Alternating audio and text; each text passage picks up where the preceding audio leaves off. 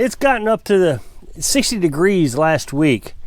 So we went from the negatives, temperatures, probably up to 60 degrees, probably within a week or two. And now we're getting back below freezing. So it's that time of the year where everything's fluctuating back and forth. And it's this kind of weather that I just don't want to come outside. When it's gotten warm and you're all ready for spring and then it gets cold again. I just dread coming outside. So for about 2 weeks now, I've had my filters hooked up from my well. So I want to explain this real quick. The well sometimes gets dirty, at least it has in the past. It hasn't done so bad here recently. I've worked pretty hard at it. You might be able to see that I got a mound of dirt here. That's kind of like a ditch. So any water that's heading towards the well will run off the other way. Somebody emailed me and said that it doesn't look like I live on a very big hill. It's a monster of a hill. I'm not sure how to put it into perspective, but it's huge. So any water that comes from up the hill just rushes down here. Well, I finally dug this ditch and things have gotten better, so it doesn't get quite as dirty. That being said, I did read an article on Google the other day that says one of the common pesky things that happens to well owners is that they do get dirty regularly. It's not horrible, except Carolyn doesn't waste anything, including water. So you can flush it out, and I do. And what I usually do is I turn the well pump on, open it up all the way, and just let it rush out. It takes about 20 minutes to empty the well.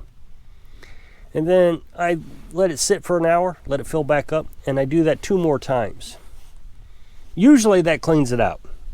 There are times things happen. Like, for example, it wasn't that long ago, my well pump kept falling down. The rope that holds onto it was stretching, and it took me a while to figure out what was going on. I don't know, slow learner, whatever it is. But I did figure it out. And so what happens is that well pump starts to get too close to the bottom of the well, and it starts picking up sediment. So you can get dirt coming at that also. So I don't want my IBC tank to get dirty, because it would be a real pain to have to clean it out. You got to flush all the water out. That's 275 gallons you'd have to flush out. And then you got to figure out how to spray it out and clean it out. It would just be a pain. It'd almost be easier, and Carolyn even said this, just to replace the IBC tank. There's a layer of calcium on the bottom of it because there's so much calcium in the water. I keep thinking maybe I should clean that out, but it's not that big of a deal. And in the summertime, I've noticed if I don't keep chlorine in it, and you can just use bleach, that I start to get a mossy buildup at the bottom. So about once a month, I follow the instructions of the CDC or the USDA, whatever it is, and they'll tell you how much bleach you can put in your water per 5 gallons or whatever it is. I don't usually give out that information. I don't think I ever have. I just don't want anybody holding me responsible for putting too much in. Now, the bleach will evaporate out. I just use it so it will kill out moss. I used to bleach every time I filled it up. As a matter of fact, you might be able to see on my coat, I don't know if you can see that, but I spilled bleach on my coat because I used to do it every time.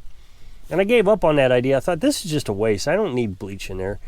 Plus, I also learned I sneeze while I was in the shower. Why am I sneezing every time I get in the shower? Well, it was the bleach making me sneeze for some reason. But that's how you can purify your water. If you ever have a problem with your water, you can put bleach in it, or of course you can boil it, or you can put it in a Berkey, whatever the case is. Since I don't want my IBC tank to get dirty, I use these filters. Now, these are just house filters. You can buy these at Walmart or hardware store or Amazon. They're just house filters. And you can buy the replacements. Now, I have 2 of them. The first one comes from the well into this one here. I don't know if you can see it in the camera. I keep looking, I'm not sure. And I use a sediment filter. These filters last quite a while, actually. I was replacing them about every 3 months, but over the summer, I bet I didn't replace it 9 months or so. And I don't even think I needed to replace it. I can't remember why. Oh, I do remember why I replaced it. It's because that well pump fell down and it picked up some dirt. And I thought, well, let's just change it since it's so old anyways. Then I changed it again. I was actually checking it is what I did. I wasn't changing. I was checking to see if it had gotten dirty. I thought my water had gotten dirty. and I pulled it out and I dropped it in the dirt, so I wasted one. This one's been in, I don't know, a couple months now. And then the second one I have, so it goes one to the other, I have a charcoal filter. I used to have 2 charcoal filters, and I thought, you know, that's just a waste. I don't think I need 2 charcoal filters. I hardly ever replace these. The only reason I have a charcoal filter in it is just in case there's any bacteria in my well. Charcoal might capture it. But again, I got the Berkey. It's just like if you're brushing your teeth, for example, and you splash some water on your face and you get some contaminated water in your mouth, whatever the case is, I wanted to make sure I had a little bit of protection before it went into the IBC tank. I don't think we have a problem. It's just a little caution. So I only have 1 filter now. And the water, even when the well pump got dirty, when I accidentally dropped the pump down into the dirt, the filters actually clean it up pretty well. The thing about my soil is the soil is lots of clay in it. So filtration is difficult. If you lived in a sandy environment, it wouldn't be so bad. But here, with all this clay, it just kind of seeps right through. It's a mess. One of the problems I have is during the wintertime, I have to disconnect this if it's going to get below freezing. So like I said, I've had this out for 2 weeks now, and I haven't had to touch it, but I'm going to have to disconnect it. I'm going to take these in so they don't freeze tonight. It's been cloudy for the last several days, so I haven't even used it. And tomorrow it's supposed to be sunny, so I want to make sure I can get the tank filled early. Now, I could just let it thaw out. It's supposed to warm back up tomorrow, but it could take several hours for this to thaw out. Since I'm on solar panels, I want to catch the sun as early as I can, so about 9, 10 o'clock, I want to fill the IBC tank. So I want to make sure these are thawed out when I need them. Now, this is just a regular hose connection on my hose. I made a plastic, I put a plastic one on. You can buy these at Dollar General. The thing is the connection on this and this are not the same. This is got a wider thread than the threads on the filter housing. Doesn't seem to make a difference. It doesn't leak terrible. It's outside, so I'm not going to go out and spend the money for the proper connections. But you could. If you're going to take this inside, you're going to want the proper connections. But with it being outside like this, I just don't care. So then when I get the hose disconnected, I run this hose down the hill so it drains out. I also blow it out just to make sure there's no water in it. That way everything's ready to go in the morning. Now the center hose I just leave on. I don't need to take that one off. I just need to take off the 2 bigger hoses. Now, these connections here, I put on. You can buy these at the hardware store or Dollar General. It's just, you can replace these. If your hose breaks, you can replace them. You can buy replacements where you can connect the hose. You can cut the hose right here, put it back together. There's all kinds of connections. The ones at the Dollar General use this plastic green thing here. That doesn't work so well. The other thing I liked about the plastic one is the metal ones, if you step on it, something happens to it, they get bent up pretty easy, but the plastic ones don't. So I just change it out for plastic immediately. I don't even leave the metal ones on. So now this one brings me to a point in my video. I say all the time that I'm not a prepper. And I cannot convince people that I'm not a prepper. Maybe I'm not communicating correctly. And I really do think that's what the problem is. I'm not a prepper. I don't want to be a prepper. I don't want the stress of prepping. I don't want the financial responsibility of prepping. It's too much for me. I'm a minimalist. I live off grid. And as a result, I think I could actually survive some serious issues in society or the grid or whatever. I don't live in a hurricane area, but if a hurricane came through, I think I would do okay. I don't need a lot of electric. I don't need cell phones. I don't need any of that stuff. I can do pretty well. But preppers are constantly looking for the failures in their process, and then they're buying things to make sure that they'll be okay when SHTF happens. Well, I'm not prepared for SHTF. I don't care about SHTF. But if SHTF were to happen, I think I'm fine. All you need is food, water, shelter, and defense. I got food, got shelter, got water, got defense.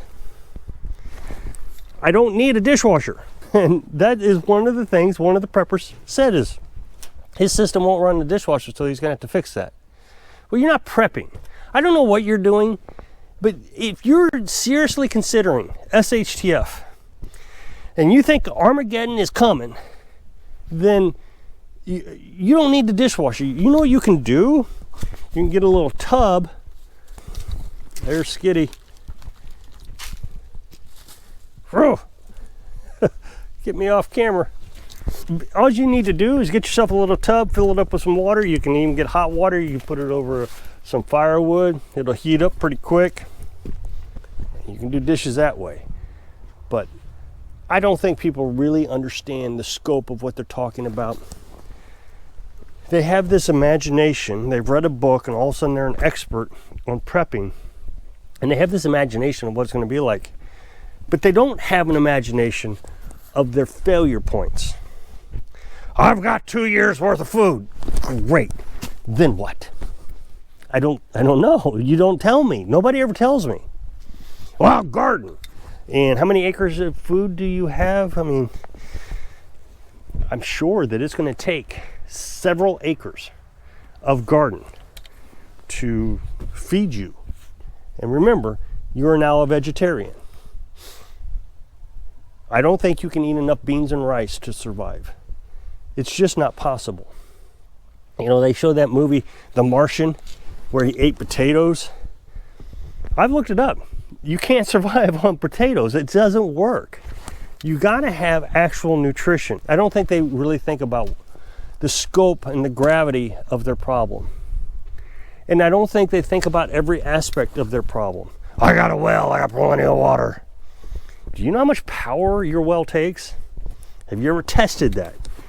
It's pretty big. Mine is a 110 volt pump.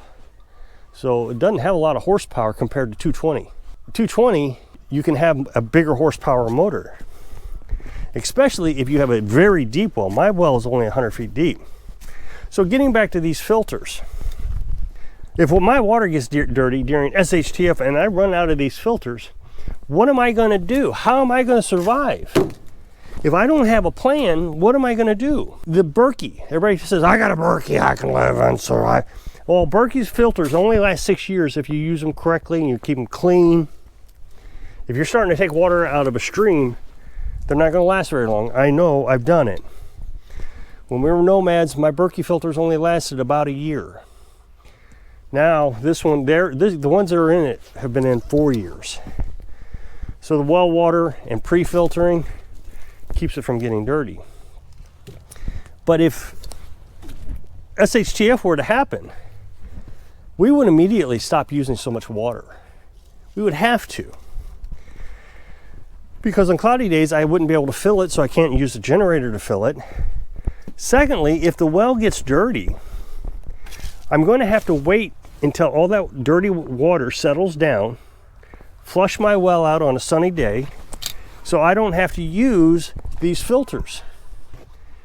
See, the thing is living this way, you start to learn your failure points. You don't have to rely on going out to the store to buy more stuff. When you live this way, you learn how to adapt to a situation. But I am told regularly, people watch my channel and they will say I'm a prepper. I know you're not a prepper, but I am. Well, I almost feel like you feel guilty that you say you're a prepper. Only thing I'm trying to convince you of is there's a better way. If you're stockpiling food, there is a better way. You don't have to stockpile food. It's a waste of money. And over time, that food's going to go bad. Are you cycling it out? You know, are you doing all those things? And are you ready for every aspect? But if you live like me, I don't know how to convince you. If you live like me, You don't have to worry about anything. It's there. You already got it. You're already doing it. You're already living like it's SHTF. It's a pretty good feeling. So if you'll click this up next box, it'll take you to a video where I was talking about the wood stove. So if I can inspire you to downsize your lives so you don't have to be a prepper when you're living your dreams. Thanks for watching.